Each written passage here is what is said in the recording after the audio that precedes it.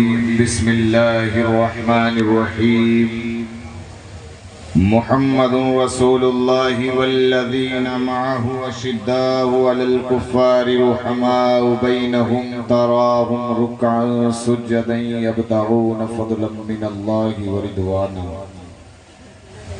صدق اللہ مولانا العلی العظیم وبلغنا رسولہ النبی الامین المتین الکریم ونحن على ذلك لمن الشاهدين والشاكرين والحمد لله رب العالمين شاہ است حسین بادشاہ است حسین شاہ است حسین بادشاہ است حسین دی است حسین دی پناہ است حسین سرداد نداد دست در دست یزید حقا کے بنا لا الہ است حسین بندے پروردگارم امت احمد نبی دوست دارے چاری یارم تاب اولاد علی مذہب حنفی دارم ملت حضرت خلیل خاک پائے غوث اعظم زیر سایہ ہر ولی قادریم نعرے یا غوث اعظم میزنم دمز شیخ احمد رضا خان قطب عالم میزنم اے اشرف زمانہ زمانے مدد نما درہائے بستہ راز کلید کرم کشا۔ آئیے سب سے پہلے انتہائی خلوص عقیدت و محبت کے ساتھ آقا انعامدار مدینے کے تاجدار ہم غریبوں کے غم گزار حضور احمد مصطفیٰ پیارے مصطفیٰ صلی اللہ علیہ وسلم کی بارگاہ بے کس بنا میں ہدیہ درود کا نذرانہ پیش کریں، پڑھیں باواز بلند اللہم صلی علی سیدنا شفیعنا حبیبنا مولانا محمد مادن الجود الکرم وعلی آلہ وصحابہ وبارک وسلم صلو لی صلاة و سلاما علیک یا رسول اللہ صلی اللہ تعالی علیہ وسلم۔ اصول برکت کے لیے حضرت سیدنا امام علی مقام رضی اللہ تعالیٰ کی بارگاہ میں منقبت کے چند اشعار پہنچا رہا ہوں، سماعت فرما لیں۔ حسین پاک کا کربل میں جانا یاد آتا ہے۔ چل کے بول دیں سبحان اللہ۔ حسین پاک کا کربل میں جانا یاد آتا ہے۔ حسین پاک کا کربل میں جانا یاد آتا ہے۔ حسین پاک کا کربل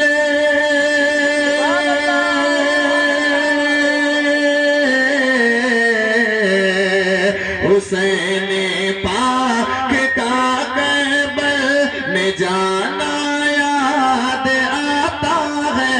حسین پاک کا کربل میں جانا یاد آتا ہے۔ 72 زخم کھا کر مسکرانا یاد آتا ہے۔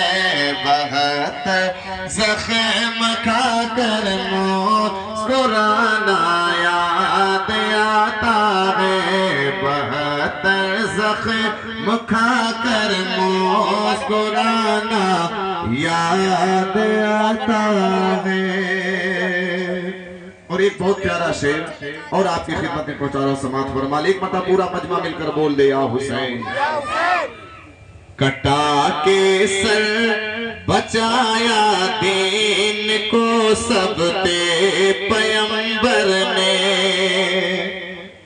کٹا کر سر بچایا دین کو سب تے پیمبر نے۔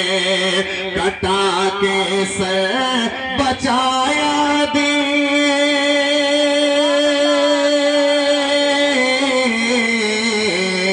کٹا کے سر بچایا دین کو سب تے پیغمبر نے کٹا کے سر بچایا دین کو سب تے پیغمبر نے وہ کمبایا پہ آتا ہے گھرانہ یاد آتا ہے وہ کمبایا پہ آتا ہے گھرانہ یاد آتا ہے حسین پاک کا کربل میں جانا یاد آتا ہے۔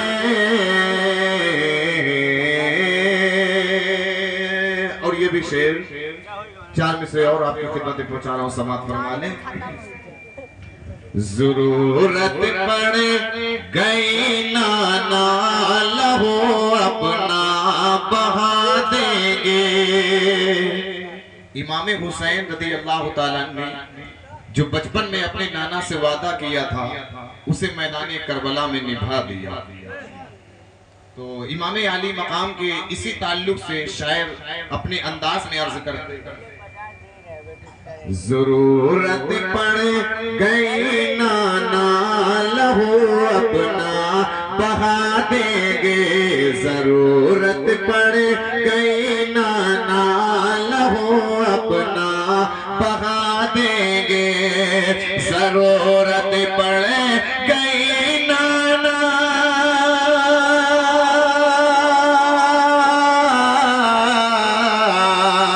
ضرورت پڑ گئی نانا لہو اپنا بہا دیں گے، ضرورت پڑ گئی نانا لہو اپنا بہا دیں گے، کیا بچپن میں جو وعدہ نبھانا یاد آتا ہے، کیا بچپن میں جو وعدہ نبھانا یاد آتا ہے، کیا بچپن میں جو وعدہ نبھانا یاد آتا ہے۔ اور یہ بھی شعر بڑا پیارا شعر آپ کی خدمت پہنچا رہا ہوں، سماعت فرما لیں، ایک مرتبہ پورا مجمع مل کر بول دے یا حسین۔ زمانہ زمانہ رشک کرتا ہے تیرے صبر و تحمل پر۔ یزیدیوں نے لاکھ ستم امام عالی مقام پر لاکھ ظلم اٹھائے، لیکن امام عالی مقام نے صبر و تحمل سے کام لیا۔ ظلم تو ظلم ہے، بڑھتا ہے تو گھٹ جاتا ہے، ظلم تو ظلم ہے، بڑھتا ہے تو گھٹ جاتا ہے، خون تو خون ہے، بہتا ہے تو جم جاتا ہے۔ امام عالی مقام نے صبر و تحمل کا مظاہرہ کیا، شاعر نے اس منظر کو اپنے شعر میں بیان کیا۔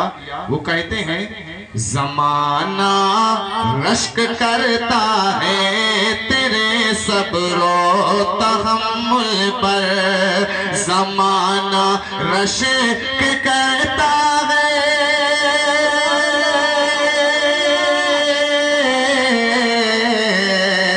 زمانہ رشک کرتا ہے تیرے صبر و تحمل پر، زمانہ رشک کرتا ہے تیرے صبر و تحمل پر، جواب بیٹے کی میت کو اٹھانا یاد آتا ہے، جواب بیٹے کی میت کو اٹھانا یاد آتا ہے۔ تکبیر، نعرہ رسالت، نعرہ حیدری، نعرہ حیدری، جشن شہید اعظم، نعرہ تکبیر۔ اور یہ بھی شعر بڑا پیارا شعر آپ کی خدمت پہنچاؤ، سماعت فرما لیں۔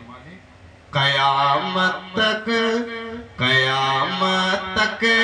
نہ آ سکتا علی اصغر تیرے جیسا، قیامت تک نہ آ سکتا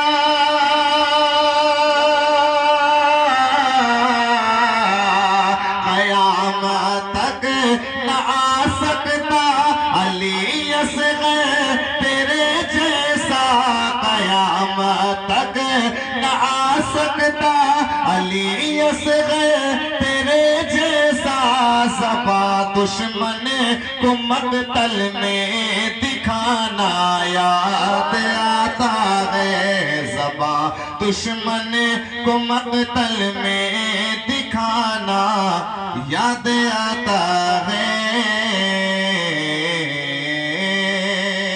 ابھی وہ شعر آپ کی خدمت میں پہنچا رہا ہوں، جیسے امام علی مقام نے میدان کربلا میں سجدہ کیا، اب وہ شعر وہ منظر شاعر نے اپنے انداز میں عرض کیا، وہ کہتے ہیں نماز عشق جس نے کی ادا تلوار کے سائے، نہ مسجد میں نہ بیت اللہ کی دیواروں کے سائے میں نماز عشق ادا ہوتی ہے تلواروں کے سائے میں۔ شاعر کہتے ہیں نماز عشق ادا کی، نماز عشق جس نے کی ادا تلوار کے سائے میں، نماز عشق جس نے کی ادا تلوار کے سائے، جھکا کے سر کو سجدے میں کٹانا یاد آتا ہے، جھکا کے سر کو سجدے میں کٹانا یاد آتا ہے، حسین پاک کا کربل میں جانا یاد آتا ہے۔ آخری شعر پہنچا رہا ہوں، سماعت فرما لیں، ایک مرتبہ پورا مجمع مل کر بول دے یا حسین۔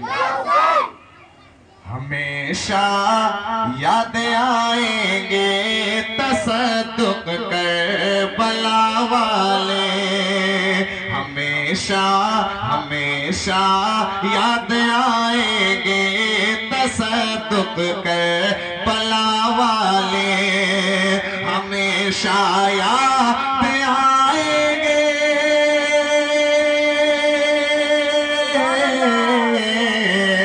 ہمیشہ یاد آئیں گے تصدق کربلا والے، ہمیشہ یاد آئیں گے تصدق کربلا والے، خدا کے واسطے گھر کو لٹانا یاد آتا ہے، خدا کے واسطے گھر کو لٹانا یاد آتا ہے،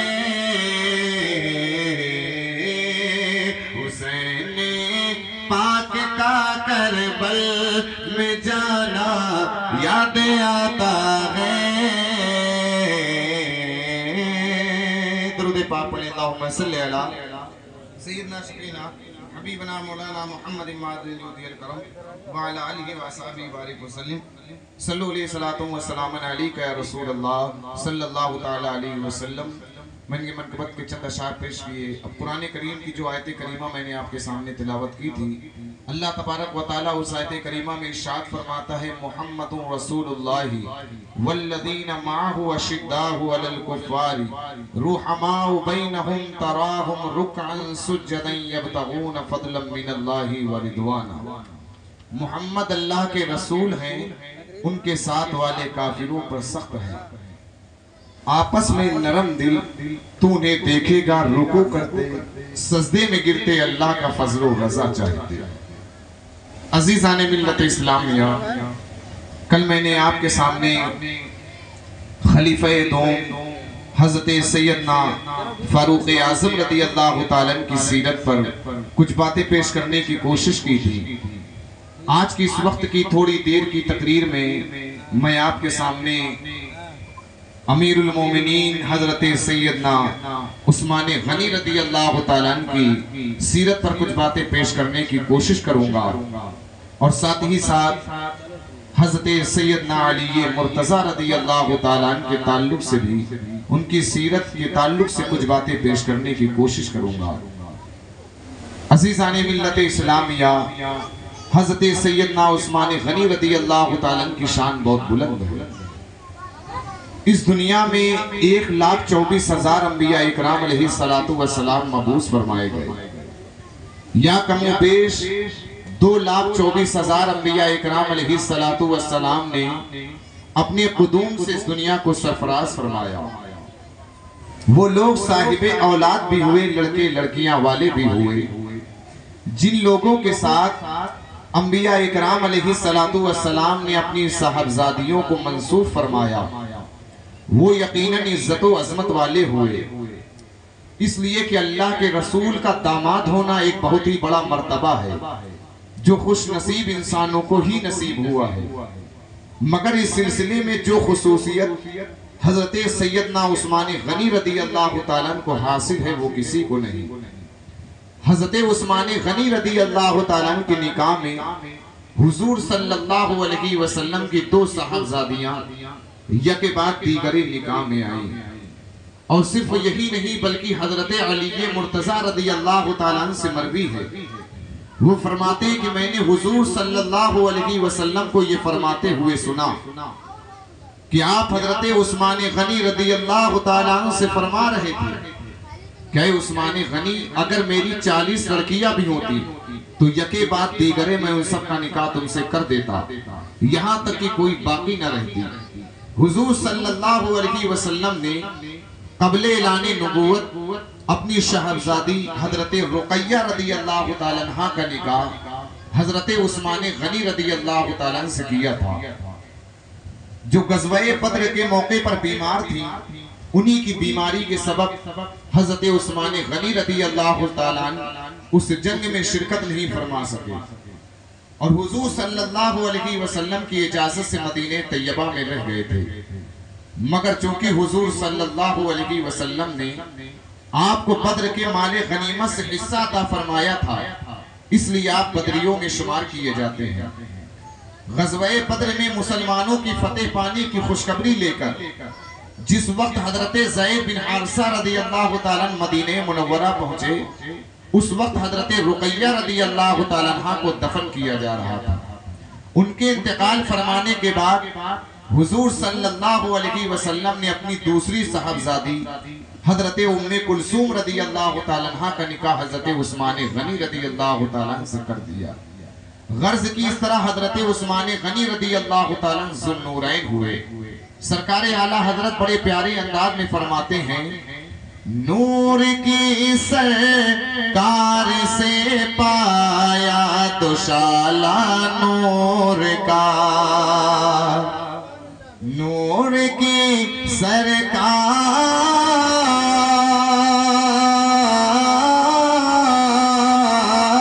نور کی سرکار سے پایا تو شالا نور کا، ہو مبارک تم کو ذو النورین جوڑا نور کا۔ حضرت عثمان غنی رضی اللہ تعالیٰ اس طرح ذو النورین ہوئے۔ اب آپ ان حضرات میں سے ہیں جن کو حضرت ابو بکر صدیق رضی اللہ تعالیٰ نے اسلام کی دعوت دی تھی۔ آپ قدیم الاسلام ہیں، یعنی ابتدائی اسلام ہی میں ایمان لے آئے تھے۔ ابن اسحاق کہتے ہیں کہ آپ حضرت علی مرتضیٰ رضی اللہ تعالیٰ، حضرت سیدنا صدیق اکبر رضی اللہ تعالیٰ، حضرت زید بن حارثہ رضی اللہ تعالیٰ کے بعد اسلام قبول کیا۔ جب حضرت عثمان غنی رضی اللہ تعالیٰ مسلمان ہوئے تو ان کا پورا خاندان بھڑک اٹھا، یہاں تک کہ آپ کا چچا حکم بن ابی العاص اس قدر ناراض و برہم ہوا کہ وہ آپ کو پکڑ کر ایک رسی سے باندھ دیا اور کہا کہ تم اپنے باپ دادا کا دین چھوڑ کر ایک دوسرا نیا مذہب اختیار کر لیا ہے، جب تک تم ان نئے مذہب کو نہیں چھوڑ دو گے ہم تمہیں نہیں چھوڑیں گے، اسی طرح باندھ کر رکھیں گے۔ جب حضرت عثمان غنی رضی اللہ تعالیٰ نے یہ سنا تو آپ نے فرمایا، قسم ہے خدائے وحدہ لا شریک کی کہ میں مذہب اسلام کو کبھی نہیں چھوڑ سکتا اور نہ کبھی اس دولت سے دستبردار ہو سکتا ہوں۔ میرے جسم کے ٹکڑے ٹکڑے کر دو، یہ تو ہو سکتا ہے، لیکن دل سے ایمان نکل جائے یہ ہرگز نہیں ہو سکتا۔ جب حکم بن ابی العاص نے آپ کا اس طرح استقلال دیکھا تو مجبور ہو کر آپ کو رہا کر دیا۔ یہ آپ کے ایمان لانے کا میں نے مختصر انداز سے یہ واقعہ پیش کیا۔ حضرت عثمان غنی رضی اللہ تعالیٰ کو غنی کہا جاتا ہے، یعنی آپ پہ انتہا سخاوت کیا کرتے تھے۔ آپ کی سخاوت کے تعلق سے کتابوں میں واقعہ ملتا ہے۔ جنگ تبوک کے موقع پر آپ نے بڑی وہ سخاوت دکھائی کہ اللہ کے پیارے حبیب نے آپ کے لیے دعا کی کہ جنگ تبوک کا واقعہ ایسے وقت میں پیش آیا جب مدینہ منورہ میں سخت قحط پڑا ہوا تھا۔ عام مسلمان بہت زیادہ تنگی میں تھے، یہاں تک کہ لوگ درخت کی پتیاں کھا کر گزارا کرتے تھے۔ اس لیے اس جنگ کے لشکر کو جیسے عشرہ یعنی تنگ دستی کا لشکر کہا جاتا ہے۔ ترمذی شریف میں حضرت عبد الرحمن بن خباب رضی اللہ تعالیٰ روایت کرتے ہیں کہ میں اس وقت حضور صلی اللہ علیہ وسلم کے ساتھ حاضر تھا۔ میں نے دیکھا کہ اللہ کے پیارے حبیب صلی اللہ علیہ وسلم نے لوگوں کو جوش دلایا تو حضرت عثمان غنی رضی اللہ تعالیٰ کھڑے ہوئے، عرض کیا یا رسول اللہ صلی اللہ علیہ وسلم میں 100 اونٹ مع ساز و سامان کے ساتھ اللہ کی راہ میں پیش کروں گا۔ پھر حضور صلی اللہ علیہ وسلم نے صحابہ اکرام کو سامان لشکر کے بارے میں رغبت دلائی اور مدد کے لیے متوجہ فرمایا۔ تو پھر حضرت عثمان غنی رضی اللہ تعالیٰ کھڑے ہوئے، عرض کیا یا رسول اللہ صلی اللہ علیہ وسلم میں 200 اونٹ مع ساز و سامان کے ساتھ اللہ کی راہ میں پیش کروں گا۔ پھر حضور صلی اللہ علیہ وسلم نے صحابہ اکرام کو رغبت دلائی اور مدد کے لیے متوجہ فرمایا۔ تو پھر حضرت عثمان غنی رضی اللہ تعالیٰ کھڑے ہوئے، عرض کیا اے پیارے مصطفیٰ صلی اللہ علیہ وسلم میں 300 اونٹ مع ساز و سامان کے ساتھ اللہ کی راہ میں پیش کروں گا۔ راوی حدیث حضرت عبد الرحمن بن خباب رضی اللہ تعالیٰ فرماتے ہیں کہ میں نے دیکھا کہ حضور صلی اللہ علیہ وسلم منبر سے اترتے جاتے تھے اور فرماتے جاتے تھے ما علی عثمان ما عمل بعد هذه ما علی عثمان ما عمل بعد هذه، یعنی ایک ہی جملے کو حضور نے 2 بار فرمایا۔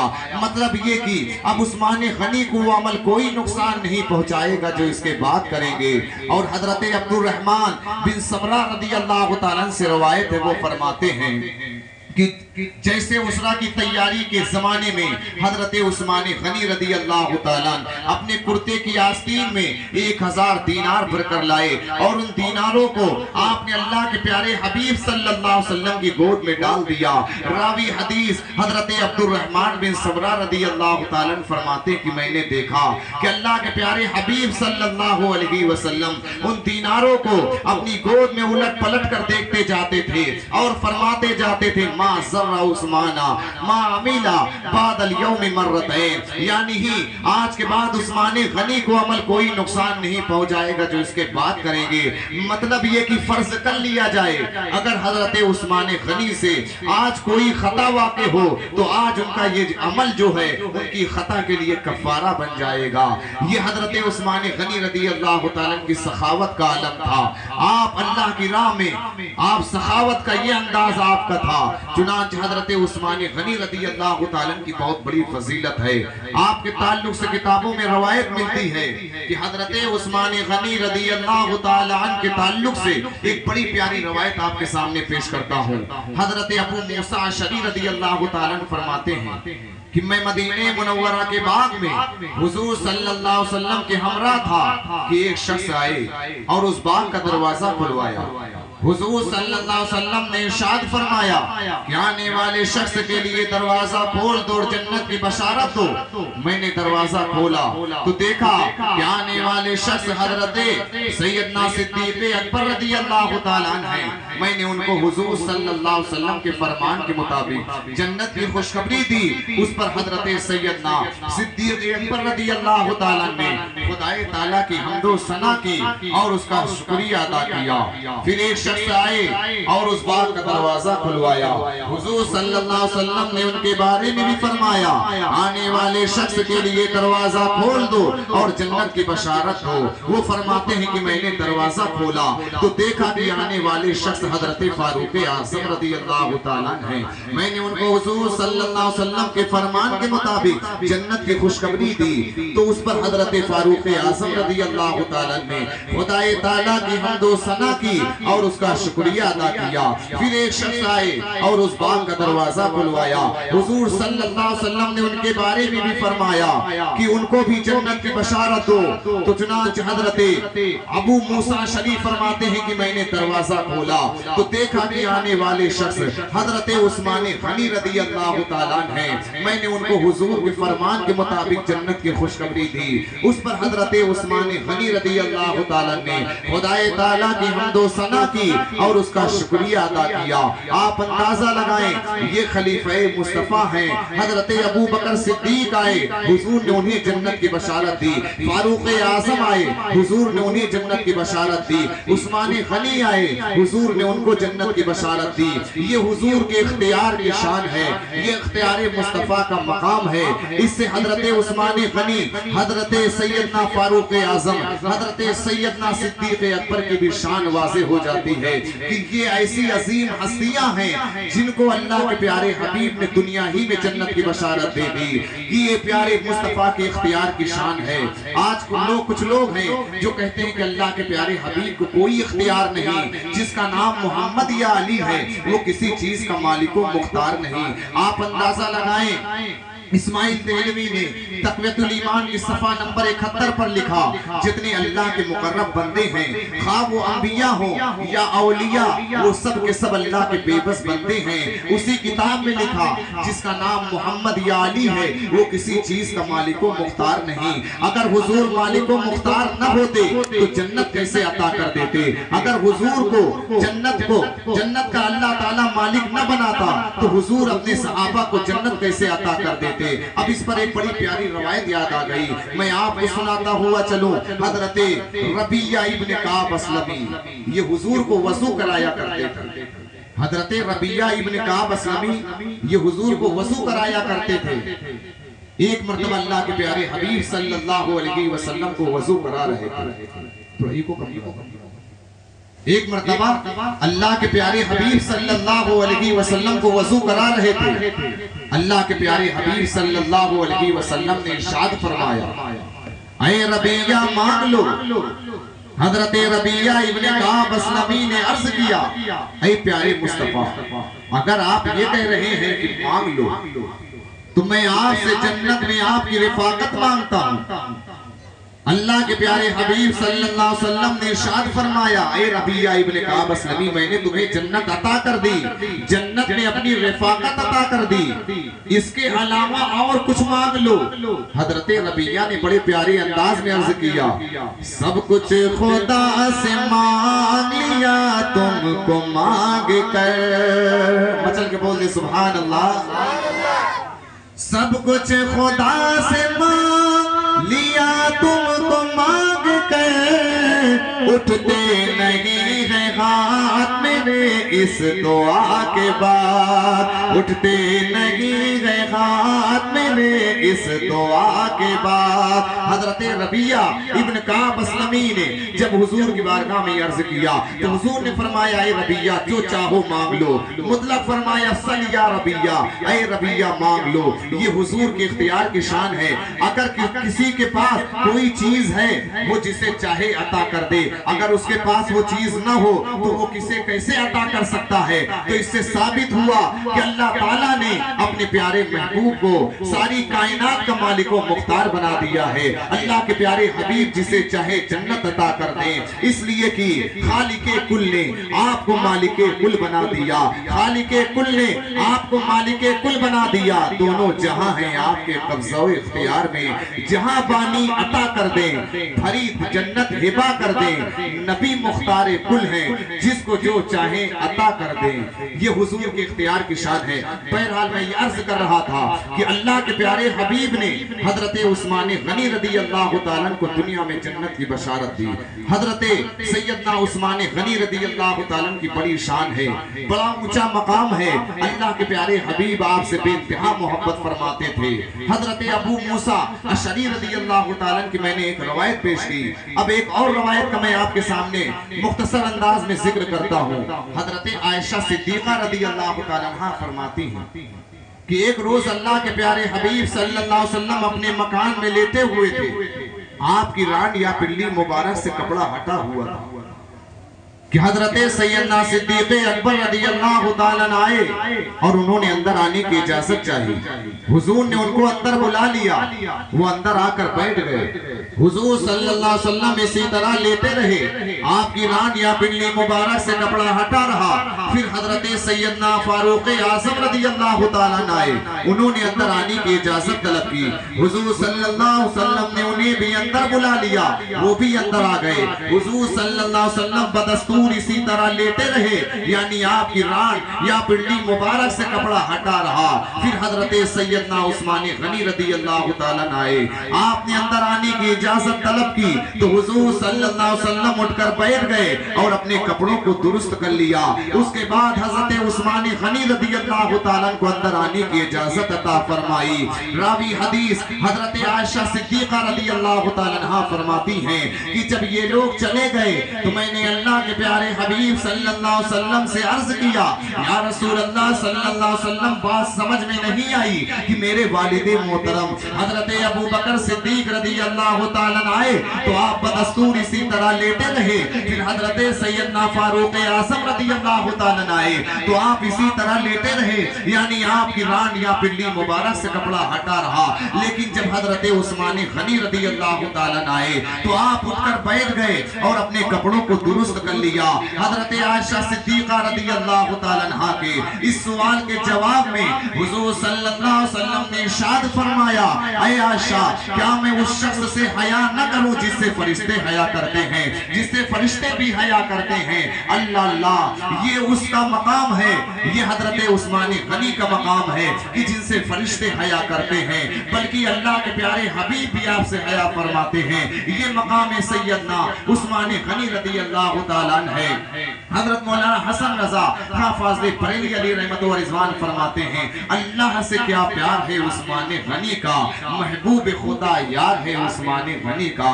حضرت عثمان غنی رضی اللہ تعالیٰ کی فضیلت کو کون بیان کر سکتا ہے، ان کی شان کون بیان کر سکتا ہے؟ اللہ تعالیٰ نے انہیں وہ مقام دیا، وہ رتبہ دیا کہ ہماری اور آپ کی عقلیں اس کو سمجھنے سے قاصر ہیں۔ حضرت عثمان غنی رضی اللہ تعالیٰ اللہ کی راہ میں بہت سخاوت کیا کرتے تھے۔ اب سخاوت کے تعلق سے ایک واقعہ پیش کرتا ہوں، انشاءاللہ آپ مچل جائیں گے۔ بڑا پیارا واقعہ ہے۔ ایک مرتبہ حضرت عثمان غنی رضی اللہ تعالیٰ حضور صلی اللہ علیہ وسلم کی بارگاہ میں حاضر ہوئے، عرض کیا یا رسول اللہ صلی اللہ علیہ وسلم آج میرے گھر آپ کی دعوت ہے۔ حضور نے قبول فرما لیا اور وقت مقررہ پر اپنے صحابہ اکرام کو لے کر حضرت عثمان غنی رضی اللہ تعالیٰ کے گھر تشریف لے چلے۔ حضرت عثمان غنی رضی اللہ تعالیٰ حضور کے پیچھے پیچھے چلنے لگے۔ حضور کا ایک ایک قدم جو ان کے گھر کی طرف چلنے میں پڑ رہا تھا گننے لگے۔ حضور نے فرمایا اے عثمان غنی میرے قدم کیوں گن رہے ہو؟ حضرت عثمان غنی رضی اللہ تعالیٰ نے بڑے ادب سے عرض کیا، اے پیارے مصطفیٰ میرے ماں باپ آپ پر قربان ہو جائیں، میں چاہتا ہوں کہ آپ کی تعظیم و توقیر کے خاطر، آپ کے ادب کے خاطر، آپ کی عزت و تعظیم و توقیر کے خاطر آپ کے ہر قدم کے بدلے ایک ایک غلام آزاد کروں۔ چنانچہ حضرت عثمان غنی رضی اللہ تعالیٰ کے گھر تک حضور کے جتنے قدم پڑے اس قدر غلام حضرت عثمان غنی نے آزاد کیے۔ آپ اندازہ لگائیں یہ حضرت عثمان غنی کی سخاوت کا علم تھا، یہ ان کی سخاوت اور یہ ان کے اللہ کے راہ میں خرچ کرنے کا یہ جذبہ، آپ کو اسی وجہ سے غنی کہا جاتا ہے۔ حضرت عثمان غنی رضی اللہ تعالیٰ سے بہت سی کرامتوں کا بھی ظہور ہوا ہے، جن میں سے ایک کرامت کا ذکر میں آپ کے سامنے کرتا ہوں۔ اس کے بعد میں حضرت علی مرتضی رضی اللہ تعالیٰ کا کچھ تذکرہ آپ کے سامنے کروں گا، اس کے بعد میں اپنی تقریر کو مکمل کر دوں گا۔ ایک مرتبہ سارے لوگ بلند آواز سے درود پاک پڑھ لیں۔ اللہم صلی علی سیدنا شفیعنا حبیبنا مولانا محمد معدن جودی الکرم وعلی آلہ وصحبہ بارک وسلم صلو علیہ صلاۃ و سلام علیک یا رسول اللہ صلی اللہ تعالی علیہ وسلم۔ حضرت عثمان غنی رضی اللہ تعالیٰ عنہ سے بہت سی کرامتوں کا بھی ظہور ہوا ہے، بس ایک کرامت کا ذکر میں آپ کے سامنے کرتا ہوں۔ حضرت ابو قلابہ رضی اللہ تعالیٰ عنہ کا بیان ہے کہ میں ملک شام کی سرزمین میں تھا تو میں نے وہاں ایک شخص کو بار بار یہ صدا لگاتے ہوئے سنا کہ ہائے افسوس میرے لیے جہنم ہے۔ میں اٹھ کر اس شخص کے پاس گیا تو یہ دیکھ کر حیران رہ گیا کہ اس شخص کے دونوں ہاتھ و پاؤں کٹے ہوئے ہیں اور وہ دونوں آنکھوں سے اندھا اپنے چہرے کے بل زمین پر اندھا پڑا ہوا بار بار یہ صدا لگا رہا ہے کہ ہائے افسوس میرے لیے جہنم ہے۔ یہ منظر دیکھ کر مجھ سے رہا نہ گیا، میں نے اس سے پوچھا اے شخص تیرا کیا حال ہے، کیوں اور کس بنا پر تجھے اپنے جہنمی ہونے کا یقین ہے؟ تو اس نے کہا اے شخص میرا حال نہ پوچھ، میں ان بدنصیب لوگوں میں سے ہوں جو امیر المومنین حضرت عثمان غنی رضی اللہ تعالیٰ عنہ کو قتل کرنے کے لیے ان کے مکان میں گھس پڑے تھے۔ جب میں تلوار لے کر ان کے قریب پہنچا تو ان کی بیوی صاحبہ نے ڈانٹ کر شور مچانا شروع کیا تو میں نے ان کی بیوی صاحبہ کو ایک تھپڑ مار دیا۔ یہ دیکھ کر امیر المومنین حضرت عثمان غنی رضی اللہ تعالیٰ نے اللہ تبارک و تعالیٰ کی بارگاہ میں دعا کی کہ اللہ تبارک و تعالیٰ تیرے دونوں ہاتھ و پاؤں کو کاٹ دے، تیری دونوں آنکھوں کو اندھا کر دے اور تجھے جہنم میں جھونک دے۔ اے شخص میں امیر المومنین کے پرجلال چہرے کو دیکھ کر اور ان کی اس کہلانہ دعا کو سن کر کانپ اٹھا، میرے بدن کا رونگٹا رونگٹا کھڑا ہو گیا۔ میں خوف و دہشت سے کانپتا ہوا وہاں سے بھاگ نکلا۔ امیر المومنین کی 4 دعاؤں میں سے 3 دعاؤں کی زد میں تو میں آ چکا ہوں جو تم دیکھ ہی رہے ہو کہ میرے دونوں ہاتھ و پاؤں کٹ چکے ہیں، دونوں آنکھیں اندھی ہو چکی ہیں۔ اب صرف چوتھی دعا یعنی میرا جہنم میں داخل ہونا باقی رہ گیا ہے اور مجھے یقین ہے کہ معاملہ بھی یقیناً ہو کر رہے گا، کیونکہ اب میں اسی کا انتظار کر رہا ہوں اور اپنے جرم کو یاد کر کے شرمشار ہو رہا ہوں۔ یہ حضرت عثمان غنی رضی اللہ تعالیٰ عنہ کی بڑی عظیم کرامت ہے جو ان کی جلالت شان اور بارگاہ خداوندی میں ان کی مغفرت، ان کی ولایت کی واضح نشانیاں ہیں۔ اسی لیے تو حسن رضا خواہ فاضل بریلوی علی رحمت و رضوان بڑے پیارے انداز میں فرماتے ہیں رک جائیں میرے کام حسن ہو نہیں سکتا، مچل کے بول دے سبحان اللہ۔ رک جائیں میرے کام حسن ہو نہیں سکتا، فیضان مددگار ہے عثمان غنی کا، فیضان مددگار ہے عثمان غنی کا، اللہ سے کیا پیار ہے عثمان غنی کا، اللہ سے کیا پیار ہے عثمان غنی کا، محبوب خدا یار ہے عثمان غنی کا، محبوب خدا یار ہے عثمان غنی کا۔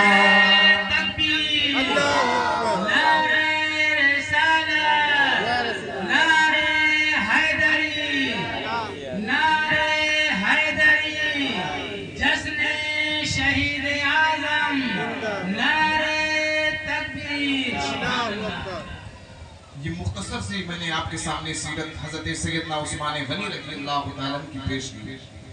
آج تھوڑی دیر حضرت سیدنا علی مرتضیٰ رضی اللہ تعالیٰ کی سیرت پہ کچھ باتیں پیش کر کے اس کے بعد میں اپنی بات کو مکمل کروں گا۔ عزیزان ملت اسلامیہ، حضرت سیدنا علی مرتضیٰ رضی اللہ تعالیٰ وہ شخصیت ہیں کہ آپ بہت سی کمال و خوبیوں کی جامع ہیں۔ اس دنیا میں بے شمار انسان پیدا ہوئے جن میں اکثر ایسے ہوئے کہ ان میں کوئی کمال و خوبی نہیں، اور بعض ایسے ہوئے جو صرف چند خوبیاں رکھتے تھے، مگر حضرت علی مرتضیٰ رضی اللہ تعالیٰ کی وہ ذات گرامی ہے جو بہت سے کمال و خوبیوں کی جامع ہے۔ آپ شیر خدا بھی ہیں، داماد مصطفیٰ بھی ہیں، حیدر کرار بھی ہیں، صاحب ذوالفقار بھی ہیں، حضرت فاطمہ زہرا کے شوہر نامدار بھی ہیں، حسنین کریمین کے پدر بزرگوار بھی ہیں، صاحب سخاوت بھی ہیں، صاحب شجاعت بھی ہیں، عبادت و ریاست والے بھی ہیں، فصاحت و بلاغت والے بھی ہیں، فاتح خیبر بھی ہیں، میدان خطابت کے شہسوار بھی ہیں۔ غرض کی آپ بہت سی کمال و خوبیوں کی جامع ہیں اور ہر ایک میں ممتاز و یگانے روزگار ہیں۔ اسی لیے دنیا آپ کو مظہر العجائب والغرائب سے یاد کرتی ہے اور قیامت تک اسی طرح یاد کرتی رہے گی۔ حضرت علی مرتضیٰ رضی اللہ تعالیٰ کے تعلق سے کتابوں میں روایت ملتی ہے، تاریخ الخلفاء میں ہے کہ جب آپ ایمان لائے اس وقت آپ کی عمر شریف 10 سال تھی، بلکہ بعض لوگوں کے قول کے مطابق 9 سال اور بعض لوگ کہتے ہیں کہ 8 سال اور کچھ لوگ اس سے بھی کم بتاتے ہیں۔ سرکار اعلیٰ حضرت امام احمد رضا خان فاضل بریلوی علیہ رحمت و رضوان تحریر فرماتے ہیں کہ جب آپ ایمان لائے اس وقت آپ کی عمر شریف 8-10 سال تھی۔ آپ کے اسلام قبول کرنے کی تفسیر محمد ابن اسحاق نے اس طرح بیان کیا ہے کہ حضرت علی مرتضیٰ رضی اللہ تعالیٰ نے حضور صلی اللہ علیہ وسلم اور حضرت خدیجۃ الکبریٰ رضی اللہ تعالیٰ عنہ کو رات میں نماز پڑھتے ہوئے دیکھا۔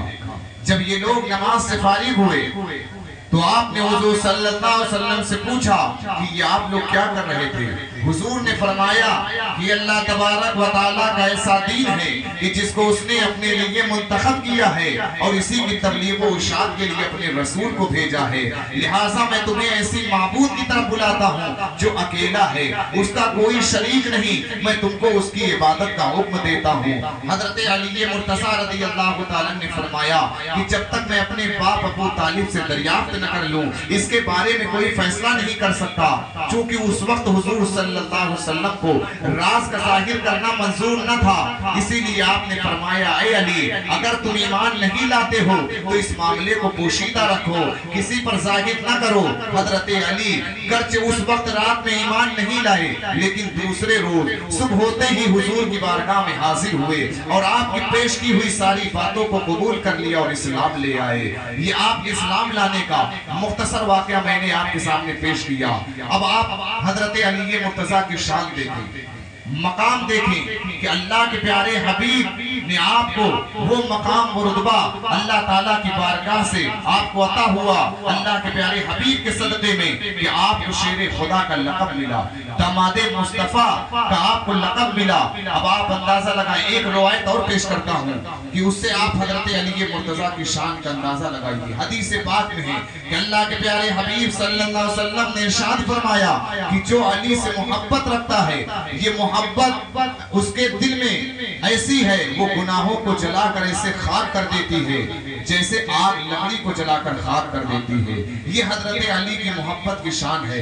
حضرت علی مرتضیٰ رضی اللہ تعالیٰ عنہ کو اللہ تعالیٰ نے بڑا اونچا مقام دیا۔ ایک روایت پیش کرتا ہوں، ہجرت کی رات اللہ کے پیارے حبیب صلی اللہ علیہ وسلم نے حضرت علی مرتضیٰ رضی اللہ تعالیٰ عنہ کو بلایا اور فرمایا اے علی اللہ کی طرف سے مجھے ہجرت کا حکم ہو چکا ہے، لہٰذا آج میں مدینہ روانہ ہو جاؤں گا، تم میرے بستر پر سبز رنگ کی چادر اوڑھ کر سو جاؤ، تمہیں کوئی تکلیف نہ ہوگی، قریش کی ساری امانتیں تم بھی دے کر مدینے چلے آنا۔ اب آپ سوچیں کہ حضور کے مکان کو کفار مکہ نے گھیر لیا ہے، حضور نے حضرت علی کو بلا کر فرمایا علی تم میرے بستر پر سو جاؤ۔ آپ حضرت علی مرتضیٰ رضی اللہ تعالیٰ کی شجاعت و بہادری کا مظاہرہ دیکھا کہ آپ حضور کے اس فرمان پر اس بستر پر لیٹ گئے، یعنی حضور کے بستر جو کافروں کی نگاہوں کے سامنے ہے کہ حضور اٹھیں تو ہم انہیں قتل کر دیں، لیکن اللہ کے پیارے حبیب کو ہجرت کا حکم ہو چکا ہے۔ آپ نے اپنے بستر پر حضرت علی کو لیٹنے کے لیے حکم دیا، چنانچہ حضرت علی مرتضیٰ رضی اللہ تعالیٰ کو بلا کر فرمایا کہ سبز رنگ کی چادر اوڑھ کر سو جاؤ، تمہیں کوئی تکلیف نہ ہوگی، قریش کی ساری امانتیں دے کر تم بھی مدینے چلے آنا۔ یہ موقع بہت ہی خوفناک نہایت خطرے کا تھا۔ حضرت علی مرتضیٰ کو معلوم تھا کہ کفار قریش سونے کی حالت میں حضور کا قتل کا ارادہ کر چکے ہیں، چنانچہ لیکن حضور کے اس فرمان سے کہ تمہیں کوئی تکلیف نہ ہوگی، قریش کی امانتیں دے کر تم بھی مدینے چلے آنا۔ حضرت علی مرتضیٰ رضی اللہ تعالیٰ فرماتے ہیں کہ میں رات بھر آرام سے سویا، صبح اٹھ کر لوگوں کی امانتیں ان کے مالکوں کو سونپنا شروع کیا تو کسی نے نہیں پوچھا، اسی طرح میں 3 دن تک رہا، امانتوں کے ادا کرنے کے بعد میں بھی مدینہ طیبہ کی طرف چل پڑا. راستے میں بھی کسی نے مجھ سے کوئی تعذر نہ کیا. یہ آپ اندازہ لگائیں ہجرت کی رات حضرت علی مرتضیٰ رضی اللہ تعالیٰ حضور کے بستر پر آرام فرما رہے تھے. صبح اٹھ کر لوگوں کی امانتیں ان کے مالکوں کو سونپ کر آپ مدینہ منورہ چلے جاتے ہیں. یہ حضرت علی مرتضیٰ رضی اللہ تعالیٰ کی شان, یہ ان کا مقام ہے. حضرت علی مرتضیٰ رضی اللہ تعالیٰ کی شجاعت اور بہادری بھی شورائے آفاق ہے. عرب و عجم میں آپ کی قوت بازو کے سکے بیٹھے ہوئے ہیں. آج بھی بڑے بڑے پہلوان آپ کے روب و دبدبے سے کانپ جاتے ہیں. جنگ تبوک کے موقع پر حضور صلی اللہ علیہ وسلم نے آپ کو مدینہ طیبہ پر اپنا نائب مقرر فرمایا تھا, اس لیے اس میں حاضر نہیں ہو سکے. باقی تمام غزوات و جہاد میں شریک ہو کر بڑی جانبازی کے ساتھ کفار کا مقابلہ کیا اور بڑے بڑے بہادروں کو اپنی تلوار سے موت کے گھاٹ اتار دیے. جنگ بدر میں جب حضرت حمزہ رضی اللہ تعالیٰ نے اسود بن عبد الاسد مخزومی کو کاٹ کر جہنم میں پہنچایا, تو اس کے بعد کافروں کے لشکر کا سردار عتبہ بن ربیعہ اپنے بھائی شیبہ بن ربیعہ اپنے بیٹے ولید بن عتبہ کو ساتھ لے کر میدان میں نکلا اور چلا کر کہا, اے محمد صلی اللہ علیہ وسلم, اشراف قریش میں سے ہمارے جوڑ کے آدمی بھیجیں. یہ سن کر حضور صلی اللہ علیہ وسلم نے ارشاد فرمایا, اے بنی ہاشم اٹھو اور حق کی حمایت میں لڑو جس کے ساتھ اللہ تبارک و تعالیٰ نے تمہارے نبی کو بھیجا ہے. حضور کی اس فرمان کو سن کر حضرت علی مرتضیٰ رضی اللہ تعالیٰ آگے بڑھے, حضرت حمزہ رضی اللہ تعالیٰ آگے بڑھے, حضرت عبیدہ رضی اللہ تعالیٰ آگے بڑھے. لشکر کا سردار عتبہ حضرت حمزہ رضی اللہ تعالیٰ کے مقابلے ہوا اور ذلت کے ساتھ مارا گیا.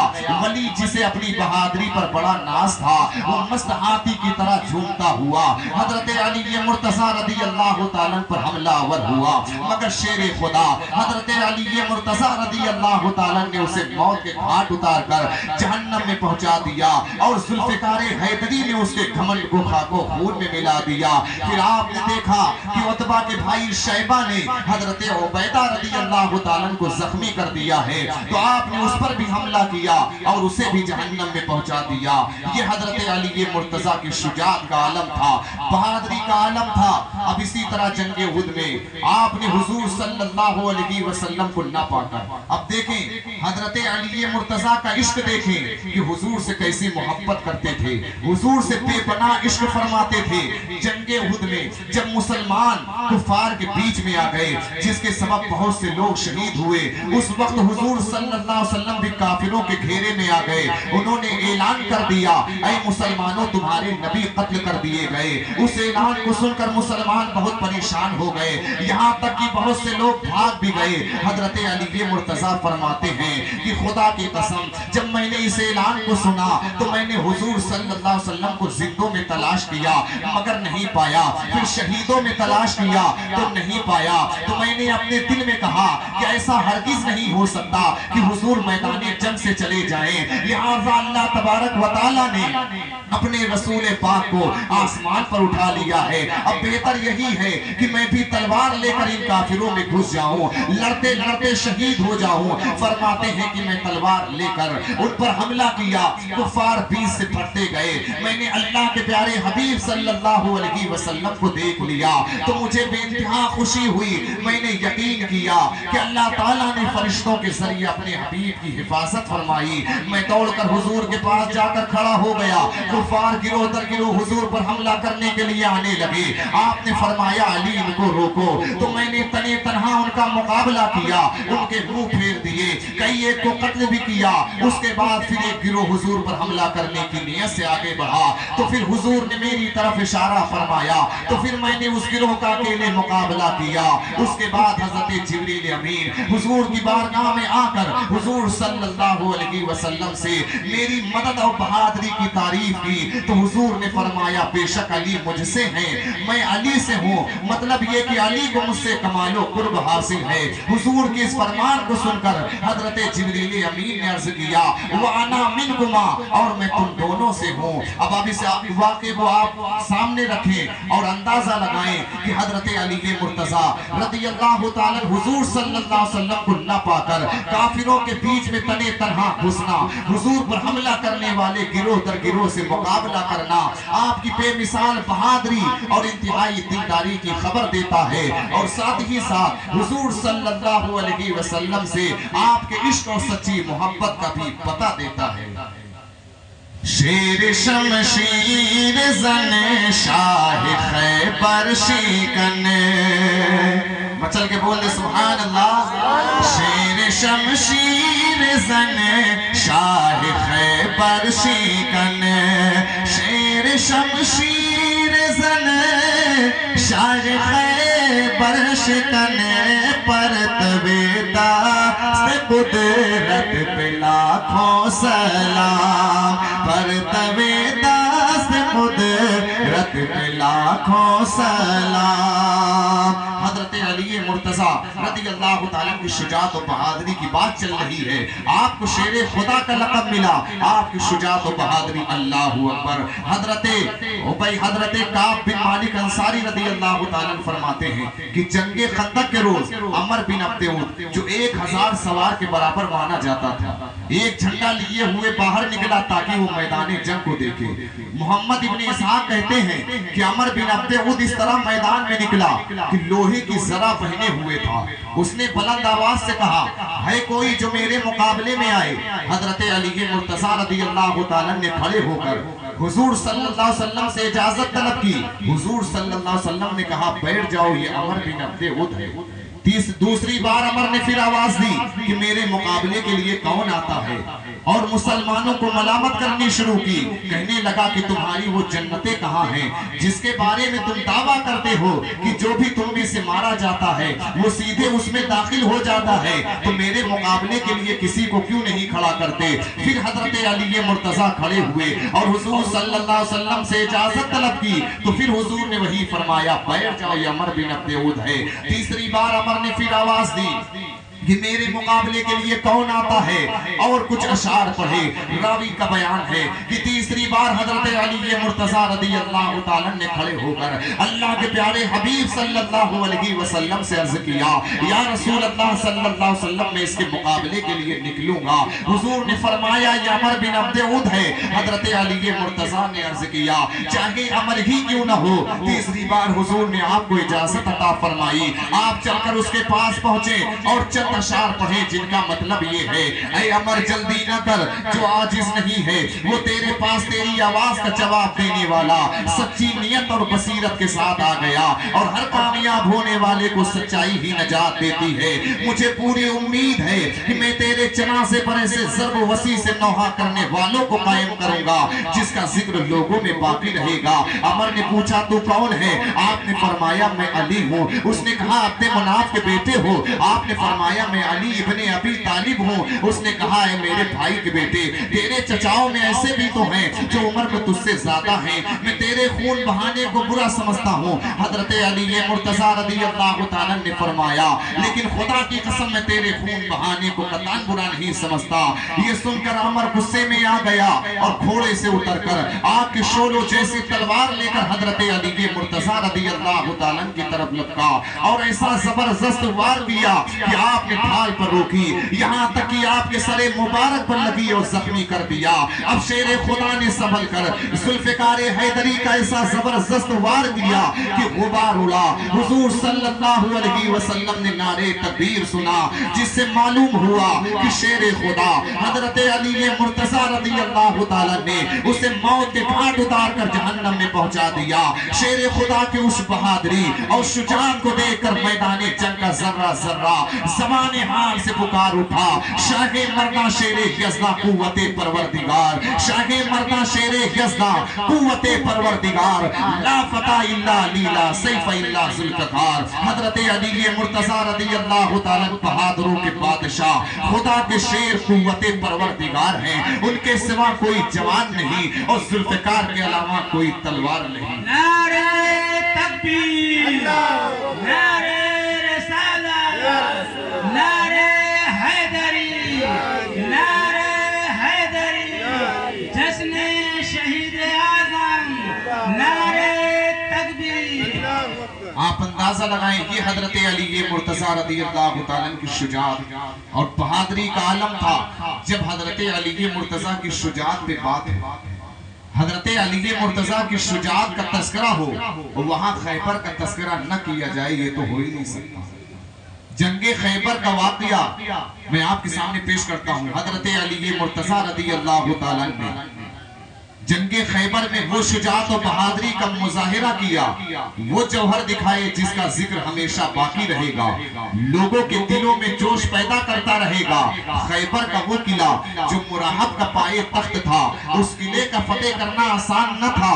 اس قلعے کو سر کرنے کے لیے حضور صلی اللہ علیہ وسلم نے ایک دن جھنڈا حضرت سیدنا صدیق اکبر کو دیا، ایک دن حضرت فاروق اعظم کو عطا فرمایا، لیکن فاتح خیبر ہونا تو کسی اور کے مقدر میں ہو چکا تھا، اس لیے ان حضرات سے وہ فتح نہ ہوا۔ تو حضور صلی اللہ علیہ وسلم نے فرمایا کہ یہ جھنڈا کل میں ایک ایسے شخص کے ہاتھ میں دوں گا جو وہ اللہ اور اس کے رسول کو دوست رکھتا ہے، اللہ اور اس کے رسول اسے دوست رکھتے ہیں۔ حضور کی اس خوشخبری کو سن کر صحابہ اکرام نے وہ رات بڑی بے قراری میں کاٹی، اس لیے کہ ہر صحابی کی یہ تمنا تھی، اے کاش حضور صلی اللہ علیہ وسلم کل صبح وہ جھنڈا ہمیں عنایت فرما دیتے، تو اس بات کی سند ہو جاتی کہ ہم اللہ اور اس کے رسول کو محبوب رکھتے ہیں، اللہ اور اس کے رسول ہمیں چاہتے ہیں، اور اس نعمت عظیمی اور سعادت کبریا سے سرفراز ہو جاتے کہ فاتح خیبر بن جاتے۔ اس لیے کہ وہ صحابی تھے، وہ وہابی نہیں تھے، ان کا یہ عقیدہ ہرگز نہیں تھا کہ کل کو کیا ہونے والا ہے،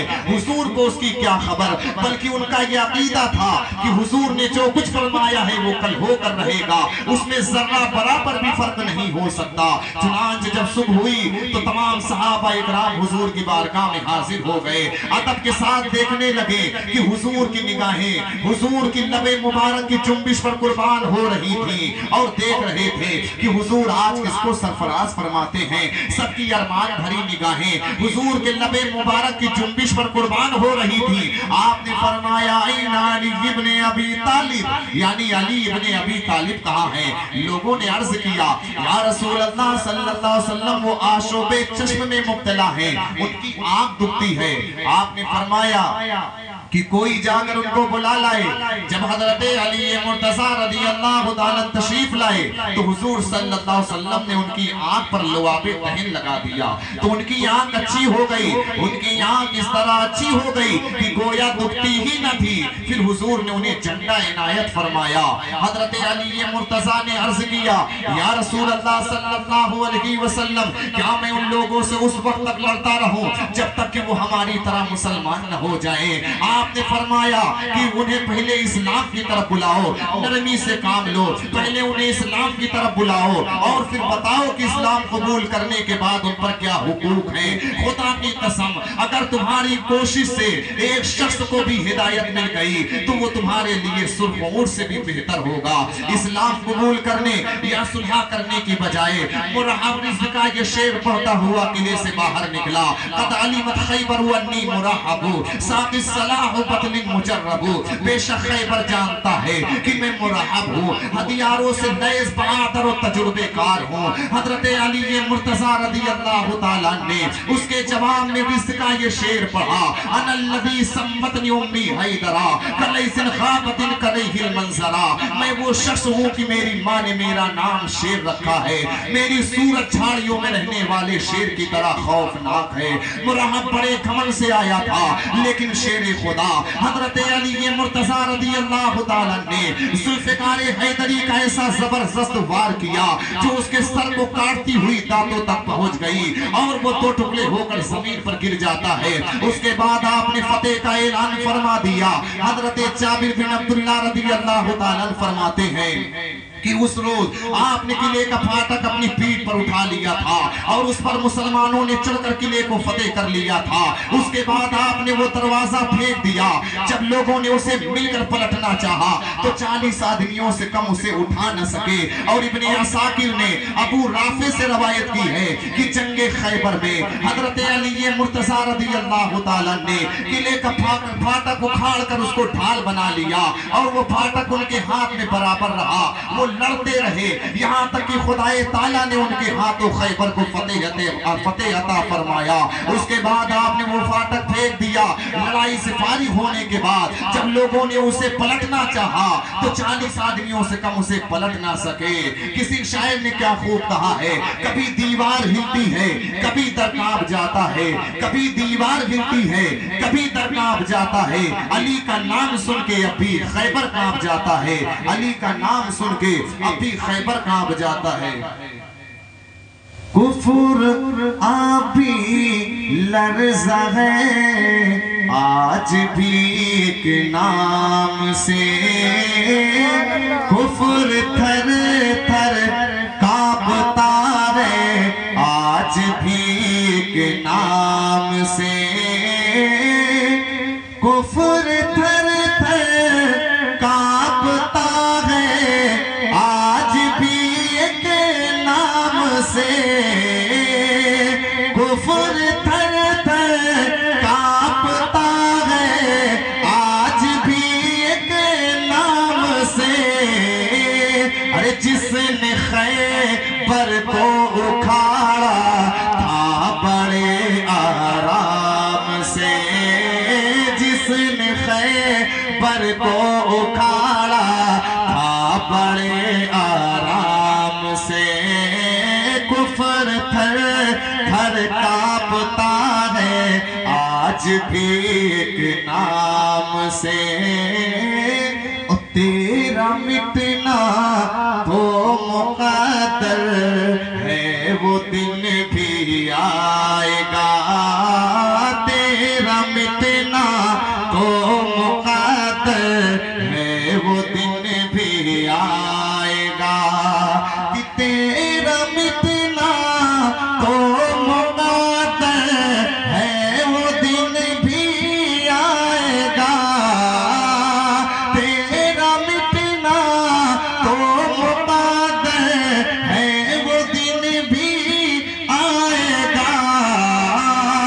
کفر کیوں ٹکرا رہا ہے مذہب اسلام سے, کفر کیوں ٹکرا رہا ہے مذہب اسلام سے. جس نے خیبر کو اکھاڑا تھا بڑے آرام سے. چاند نے پہلی دفعہ دیکھا ستاروں کو اداس, چاند نے پہلی دفعہ دیکھا ستاروں کو اداس, چاند نے پہلی دفعہ دیکھا ستاروں کو اداس, چاند نے پہلی دفعہ دیکھا ستاروں کو اداس. قافلہ شبیر کا چلنے لگا جب شام سے, قافلہ شبیر کا چلنے لگا جب شام سے.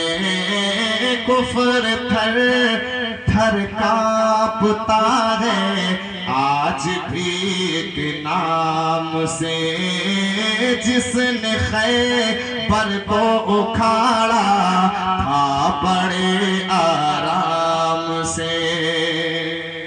ایک مرتبہ بلند آواز درود پاک پڑھ لے. سیدنا شفیعنا حبیبنا مولانا محمد معدن جودی الکرم وعلی آلہ وصحبہ بارک وسلم. بس ایک روایت کا ذکر کر کے اور اپنی بات کو میں مکمل کر دیتا ہوں. کافی وقت سے آپ بیٹھے ہوئے ہیں, تھک گئے ہیں, میں سمجھ رہا ہوں بس اپنی بات کو میں سمیٹ رہا ہوں اور بس ایک روایت کا ذکر کر کے اسی پہ اپنی بات کو میں مکمل کر دیتا ہوں. ایک مرتبہ سارے لوگ اپنی بیداری کا ثبوت پیش کریں اور سارے لوگ مل کر بول دیں یا علی یا علی یا حسین. آپ سماعت فرمائیں. حضرت علی مرتضیٰ کی شان دیکھیں. اللہ تعالیٰ نے آپ کو کیا مقام, کیا رتبہ, کیا شان, کیا درجہ عطا فرمایا ہے. حضرت علی مرتضیٰ رضی اللہ تعالیٰ جنگ صفین میں مشغول تھے تو آپ کے ساتھیوں کو پانی کی سخت ضرورت پڑی. لوگوں نے بہت دوڑ دھوپ کی مگر پانی دستیاب نہ ہوا, پانی نہ ملا. آپ نے کہا اور آگے بڑھو. کچھ دور چلے تو ایک گرجا نظر آیا. آپ نے گرجے میں رہنے والے سے پانی کے متعلق دریافت کیا تو اس راہب نے بتایا کہ یہاں سے 6 میل کے فاصلے پر پانی موجود ہے۔ آپ کے ساتھیوں نے عرض کیا اے امیر المومنین آپ ہمیں اجازت دیجئے، شاید ہم اپنی قوت کے ختم ہونے سے پہلے پانی تک پہنچ جائیں۔ آپ نے فرمایا اس کی کوئی حاجت نہیں۔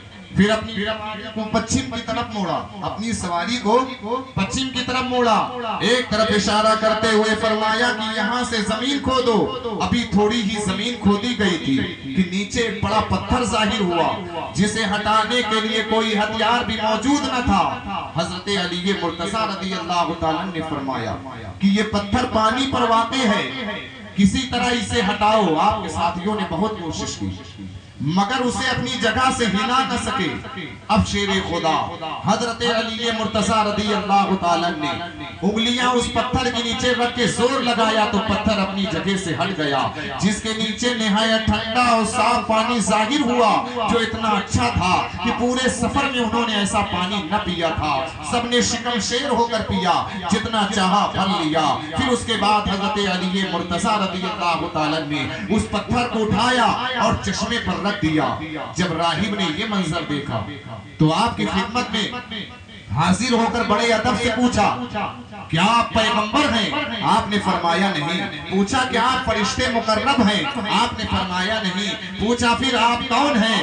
آپ نے فرمایا میں محمد مصطفیٰ صلی اللہ علیہ وسلم کا داماد اور ان کا خلیفہ ہوں۔ راہب نے کہا ہاتھ بڑھائیے تاکہ میں آپ کے ہاتھ پر اسلام لے آؤں۔ آپ نے ہاتھ بڑھایا تو راہب نے کہا اشہد ان لا الہ الا اللہ واشہد ان محمدا عبدہ ورسولہ۔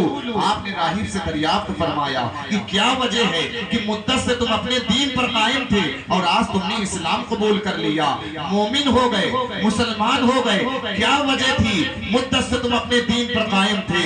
تو اس نے کہا حضور اسی ہاتھوں پر یہ گرجا فتح ہونا تھا جو اس چٹان کو ہٹا کر چشمہ نکالے۔ ہماری کتابوں میں لکھا ہوا ہے کہ اس چٹان کا ہٹانے والا یا تو پیغمبر ہوگا یا تو پیغمبر کا داماد۔ جب آپ نے اس چٹان کو ہٹایا تو مجھے جس چیز کا انتظار تھا وہ مجھے مل گئی۔ جب آپ نے راہب سے یہ باتیں سنی تو اتنا روئے کہ آپ کے داڑھی کے بال تر ہو گئے۔ پھر فرمایا سب تعریف خدا کے لیے ہے، میں اس کے یہاں بھولا بسرا نہیں ہوں بلکہ میرا ذکر اس کی کتابوں میں بھی موجود ہے۔ اللہ تعالیٰ کے جو محبوب بندے ہوتے ہیں انہیں معلوم ہوتا ہے کہ زمین میں کہاں کیا چیز ہے۔ در حقیقت یہ علم غیب ہے جو حضور صلی اللہ علیہ وسلم کے صدقے اور طفیل میں انہیں حاصل ہوتا ہے۔ یہ حضرت علی مرتضیٰ رضی اللہ تعالیٰ کی شان، یہ ان کا مقام ہے کہ اللہ کے پیارے حبیب صلی اللہ علیہ وسلم نے آپ کے تعلق سے فرمایا علی مجھ سے ہیں، میں علی سے ہوں۔ آپ اندازہ لگائیں یہ حضرت علی مرتضیٰ رضی اللہ تعالیٰ کی شان ہے۔ بس اعلیٰ حضرت کے 2 شعر پڑھ کے اسی پہ بات کو میں مکمل کر دیتا ہوں۔ شیر شمشیر زن شاہ خیبر شکن، شیر شمشیر زن شاہ خیبر شکن، پرتو داست قدرت پہ لاکھوں سلام، پرتو داست قدرت پہ لاکھوں سلام۔ ایک واقعہ ضمناً اچانک ذہن میں آیا، بس اس کو عرض کر کے میں اپنی بات کو مکمل کر دیتا ہوں۔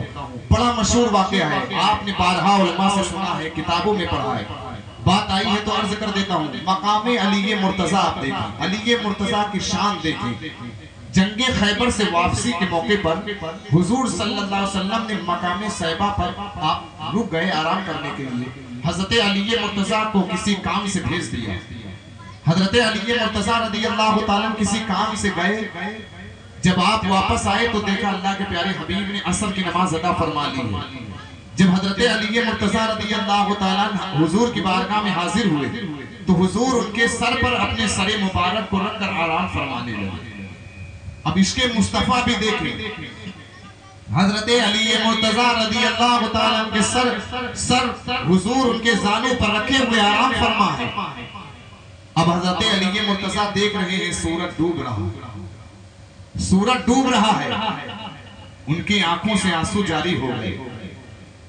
حضور کو بیدار نہ کیا، عشق مصطفیٰ کا دل یہ گوارا نہ کر رہا تھا کہ حضور کو بیدار کیا جائے، لیکن نماز کی ایسی محبت کہ سورج ڈوب رہا ہے، آنکھوں سے آنسو جاری ہے کہ میری نماز قضا ہو رہی ہے، میری نماز عصر کی قضا ہو رہی ہے، لیکن دل یہ گوارا نہ کر رہا ہے کہ مصطفیٰ کو بیدار کیا جائے، ان کے نیند میں خلل آ جائے گی، عشق اس کی اجازت نہیں دے رہا ہے، لیکن نماز سے ایسی محبت کہ سورج ڈوب رہا ہے، آنکھوں سے اشک بہنے لگے، جب آنکھوں سے آنسو گرے، رخ پاک مصطفیٰ پر گرے، چہرے مصطفیٰ پر گرے، تو حضور نے آنکھیں کھولی، دیکھا کہ حضرت علی مرتضیٰ کی آنکھوں میں آنسو ہیں، فرمایا اے علی کیا غم ہے، اس وجہ سے رو رہے ہو؟ عرض کیا پیارے مصطفیٰ سورج ڈوب گیا، نماز عصر قضا ہو گئی۔